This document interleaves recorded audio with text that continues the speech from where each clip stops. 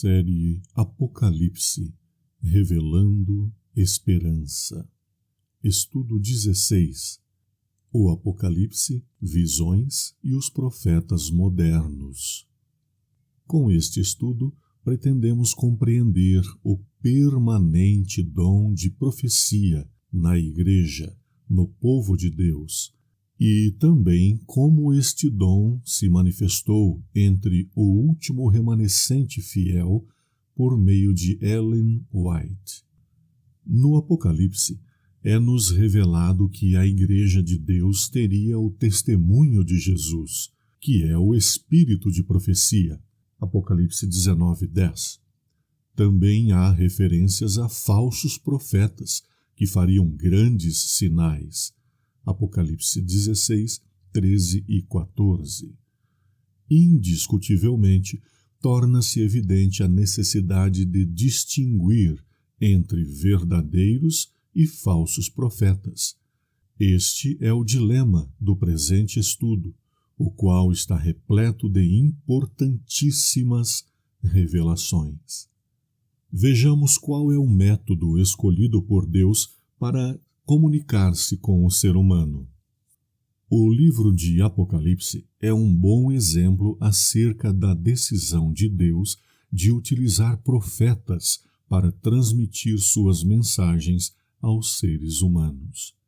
Veja Apocalipse 1, versos 1 e 4.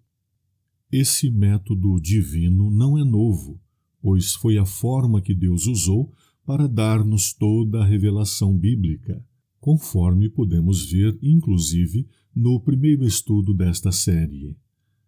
Por meio de profetas, Deus quer revelar-nos o futuro. Amós 3:7 nos diz isto. Eles, os profetas, o podem fazer quando se deixam guiar pelo Espírito Santo. Vejamos o que nos diz a segunda carta de Pedro, capítulo 1, verso 21. Porque a profecia nunca foi produzida por vontade de homem algum, mas os homens santos de Deus falaram inspirados pelo Espírito Santo. Nem todos os profetas escreveram partes da Bíblia. Pelo menos 12 profetas verdadeiros, que não são autores da Bíblia, são nela mencionados. Um dos mais notáveis é João Batista, a respeito de quem Jesus disse que não houve profeta maior do que ele. Mateus 11:11. Outro fato interessante é notar que Deus não faz discriminação de sexo quanto ao dom de profecia. Na Santa Bíblia se mencionam várias mulheres que exerceram a função profética.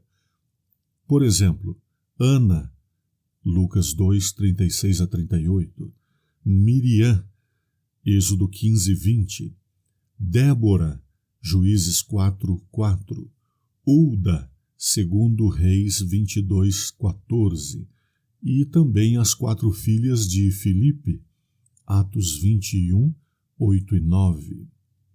Vejamos agora o que a palavra de Deus nos diz sobre a manifestação profética, ou seja, a existência de profetas entre os filhos de Deus dos últimos dias, exatamente os dias em que vivemos. Haveria profetas entre nós nos últimos dias? Joel 2, 28 a 32.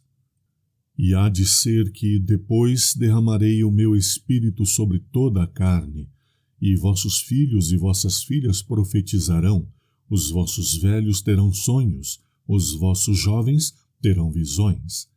E também sobre os servos e sobre as servas naqueles dias derramarei o meu espírito, e mostrarei prodígios no céu e na terra, sangue e fogo e colunas de fumaça. O sol se converterá em trevas e a lua em sangue, antes que venha o grande e terrível dia do Senhor. E há de ser que todo aquele que invocar o nome do Senhor será salvo, porque no Monte Sião e em Jerusalém haverá livramento, assim como disse o Senhor, e entre os sobreviventes, aqueles que o Senhor chamar. Vejamos agora Atos 2, 17 a 21. Nos últimos dias acontecerá, diz Deus, que do meu Espírito derramarei sobre toda a carne, e os vossos filhos e as vossas filhas profetizarão, e os vossos jovens terão visões, e os vossos velhos sonharão sonhos. E também do meu Espírito derramarei sobre todos os meus servos e as minhas servas naqueles dias, e profetizarão. E farei aparecer prodígios em cima no céu, e sinais embaixo na terra, sangue, fogo e vapor de fumo. O sol se converterá em trevas e a lua em sangue, antes que chegue o grande e glorioso dia do Senhor. E acontecerá que todo aquele que invocar o nome do Senhor será salvo. Podemos notar que o escritor de Atos reutiliza o mesmo texto escrito pelo profeta Joel, dizendo que sim, nos últimos dias da história do mundo, Deus suscitaria profetas, jovens e idosos, dizendo-nos: mas o que ocorre é o que foi dito por intermédio do profeta Joel, e acontecerá nos últimos dias que derramarei do meu espírito sobre toda a carne, vossos filhos e vossas filhas profetizarão. Temos nesta introdução a clara designação de Deus de que nos últimos dias, sim, profetas seriam levantados, teriam visões e sonhos de Deus para iluminarem ainda mais o caminho dos salvos. A intenção de Deus com este ministério profético é livrar o seu povo dos caminhos escuros deste mundo, é de trazer luz para que andem na verdade. Como seria vivermos nesses dias sem a iluminação profética? Certamente seria um caos. Confiemos nos profetas de Deus e busquemos em suas palavras o alento de que necessitamos para uma vida verdadeiramente genuína de cristianismo. Essa é a vontade de Deus. Não desprezeis as profecias.